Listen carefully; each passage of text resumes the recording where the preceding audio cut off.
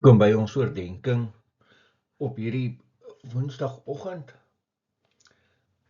Ja, ons is besig met Lukas 11 vanaf vers 14. Op 'n dag het Jesus 'n demoon wat stom was uit 'n man gedryf. Nadat die demoon hom verlaat het die stomme begin praat. Die skare was verwonderd, maar sommige van hulle het beweer dit is deur Beelzebul, die aanvoerder van die demone, dat hy die demone uitdryf. Ander weer het van hom 'n teken uit die hemel gevra om hom te toets. Maar hy het hulle gedagtes geken en vir hulle gesê: elke koninkryk wat teen homself verdeeld is, gaan ten gronde, en 'n huis wat verdeeld is, kom tot 'n val. As ook Satan teen homself verdeeld is, hoe sal sy koninkryk dan staande bly? Tog beweer julle dat ek deur Beelzebul demone uitdryf. As ek wel deur Beelzebul demone uitdryf, deur wie dryf julle seuns hulle dan uit?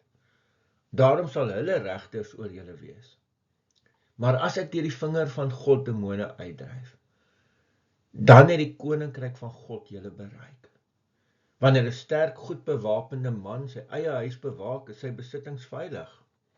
Maar as daar iemand aankom wat sterker as hy is en hom oorrompel, neem so iemand die volle wapenrusting af waarop die sterk man vertrou het en verdeel die byt.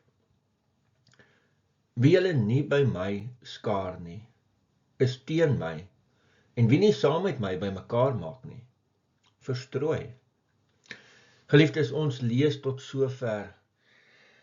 Lukas vertel hier die verhaal van, en dit is interessant dat Lukas sê dis die demoon wat stom was, sodat wanneer Jesus die demoon uit die man uitdryf, dan kan die man weer praat. En dan sien ons net hierdie verskillende reaksie op Jesus.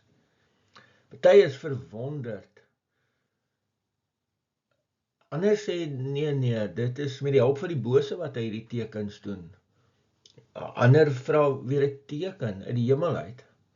En ek en jy gaan moet besef dat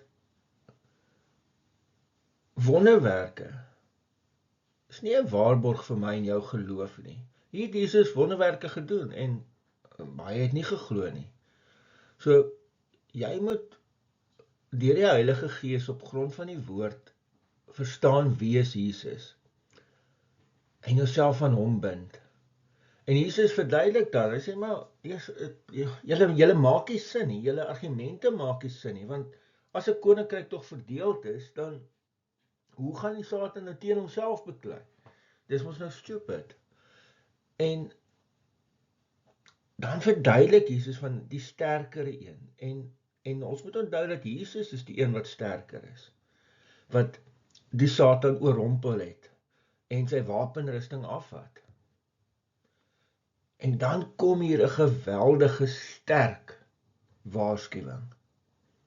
Wie julle nie by my skaar nie, is teen my, en wie nie saam met my bymekaar maak nie, verstrooi. So geliefdes, as ons na hierdie gedeelte kyk, dan besef ons, en dit is die troos van die gedeelte, is dat Jesus is die een wat sterker is. Jesus is die een wat die Satan oorwin. Uiteindelik het hy die Satan daar aan die kruis ontwapen en totale oorwinning behaal toe hy aan die kruis gesterf het en weer opgestaan het. Maar nou kom hierdie sterk waarskuwing. Ek en jy kan nie neutraal teen Jesus staan nie. Jy moet kies, of jy's vir hom en jy's saam met hom, anders is jy teen hom. So hierdie gedeelte eis vandag weer van my en jou 'n keuse. Is jy vir Jesus, maak jy saam met hom bymekaar, of is jy teen hom? Amen. Here almagtige God, baie dankie dat ons hierdie teks mag hê. En Here, ons bind ons aan U. Ons verbind ons weer 'n keer aan U. Ons kies weer dat ons saam met U wil wees. In die naam van ons Here Jesus Christus. Amen. Vriende, mag jy 'n baie mooi en 'n baie